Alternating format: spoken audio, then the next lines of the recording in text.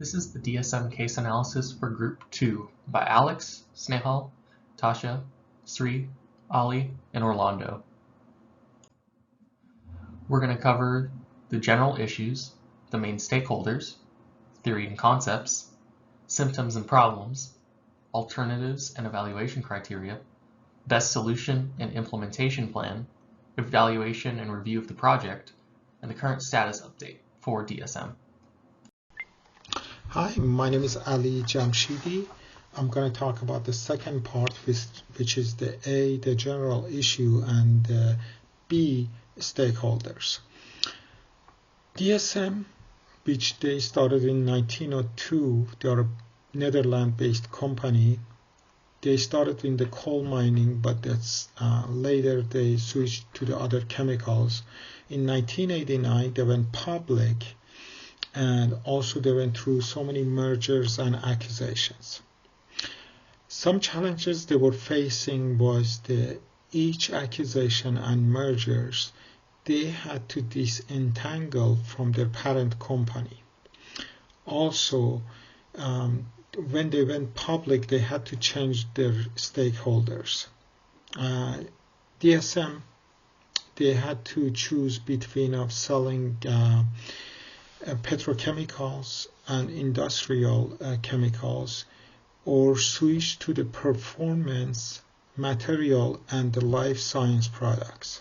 Finally, the standardization of the information communication technology, or ICT, the post-restructures of the company, which helped them to be really successful.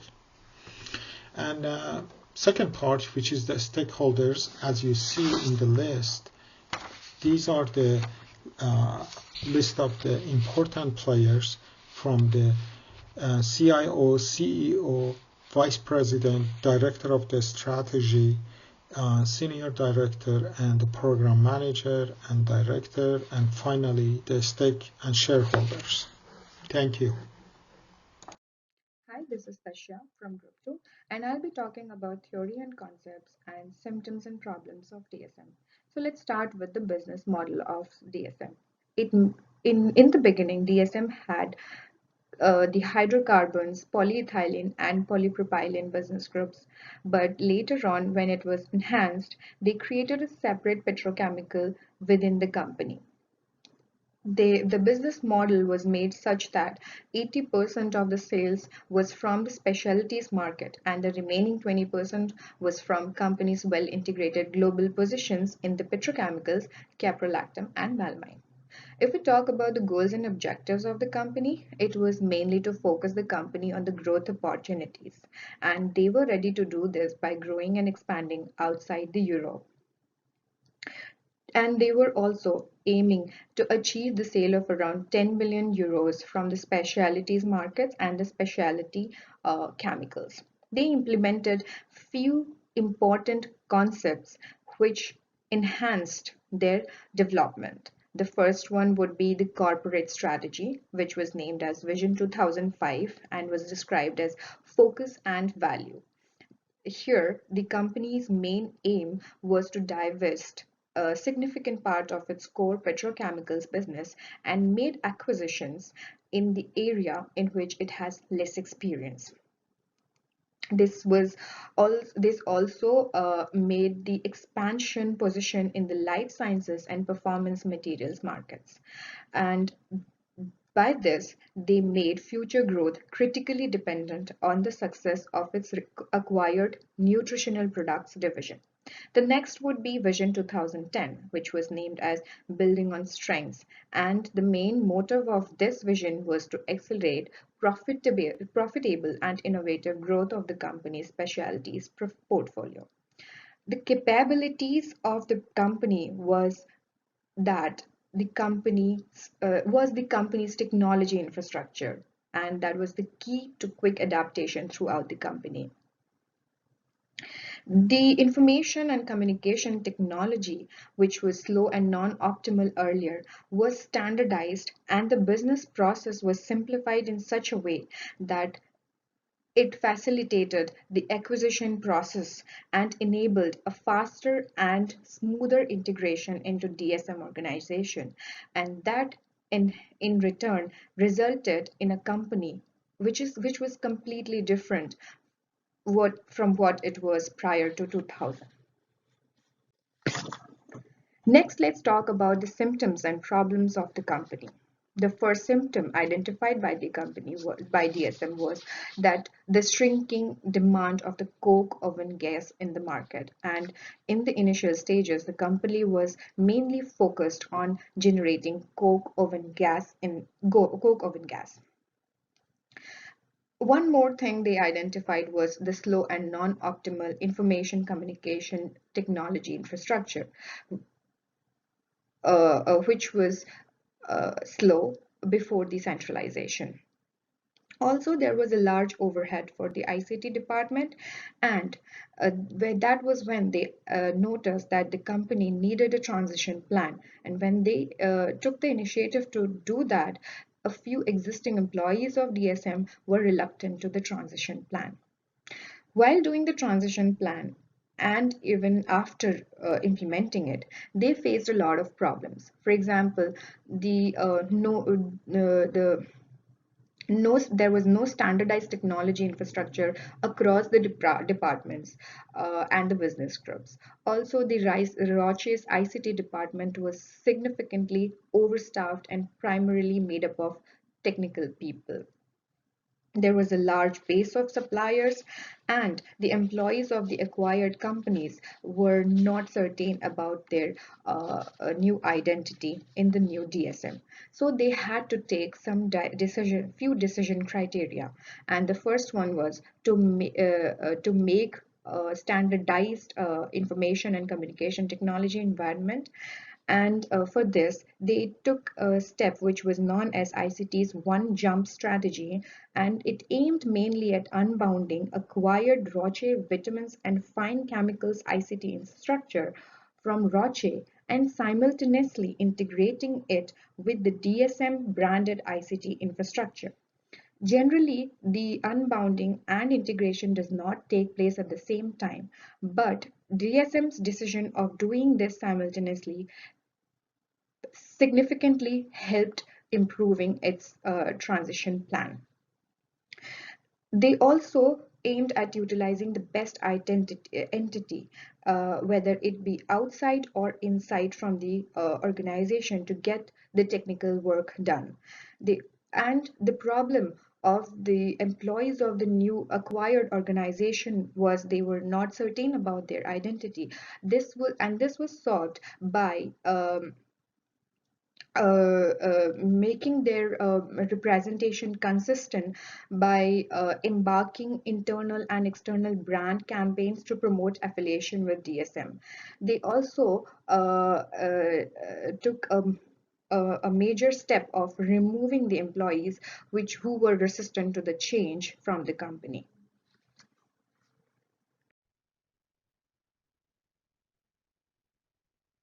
Hi, I'm going to talk about the alternatives and evaluation criteria.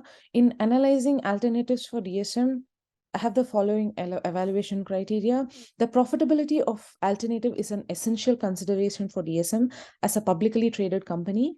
DSM has strong focus on sustainability, and alternatives should be evaluated based on their environmental impact. DSM should consider how each alternative will affect its market position and competitive advantage.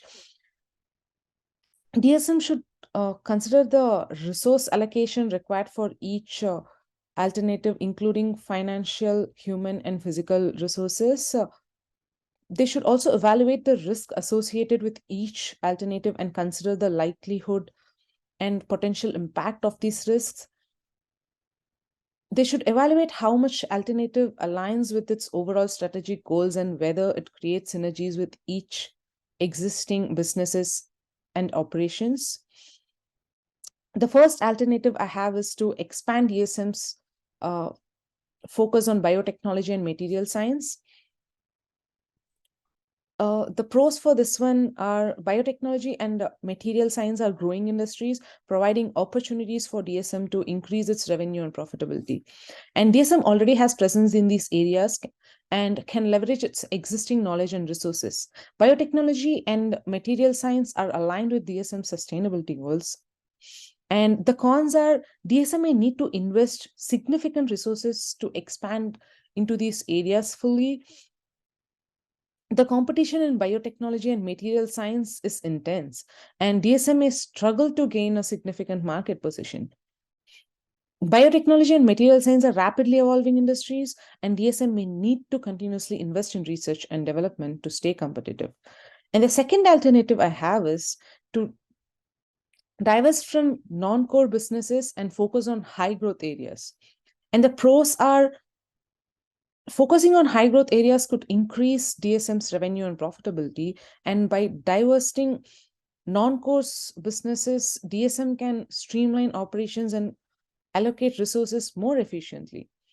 DSM can reduce its environmental impact by divesting from businesses with high carbon emissions, and the cons are divesting from non core businesses may result in a loss of revenue and profitability.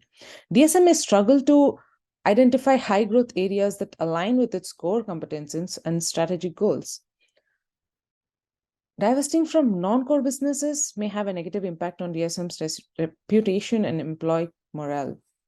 The third alternative I have is to expand DSM's focus on sustainability and circular economy principles. And the pros for this one are DSM's focus on sustainability aligns with the increasing demand for environmentally friendly products and services. DSM can differentiate itself from competitors by focusing on sustainability and circular economy principles. DSM can reduce its environmental impact and potentially reduce costs by adapting circular economy principles. The cons are there may be limited revenue and profitability in the sustainability sector. And DSM may need to invest significant resources to expand its focus on sustainability and circular economy principles. And DSM may face challenges in finding suitable partners and suppliers that align with its sustainability goals. Overall, each alternative has its advantages and disadvantages, and DSM should carefully consider each option based on evaluation criteria. Ultimately, the best alternative for DSM will depend on company specific goals, resources, and strategic priorities. Thank you. Hello, my name is Orlando Cancino, and this is slide number 8. On slide number 8, we talk about implementation for the Roche company, or one of the many names that the company's turned into. Two of the biggest theories that we want to talk about in this slide are the greenhouse effect and the one jump theory, which were two of the biggest moves that we think as a group 2, that Roche and company used to advance themselves in the industry and take market share and become as big named as they were. The greenhouse theory has to do with learning and knowing the IT side of business and making themselves as big as they had become through the coal and mining and chemical processes that they were establishing from the beginning, and implement that onto companies that they had then started to acquire, which became their next strategy. In this case, for the greenhouse case, the company acquired, I forget who, but they started quickly learning that putting in their IT program would help them advance those smaller companies that they needed to help advance and get up to par.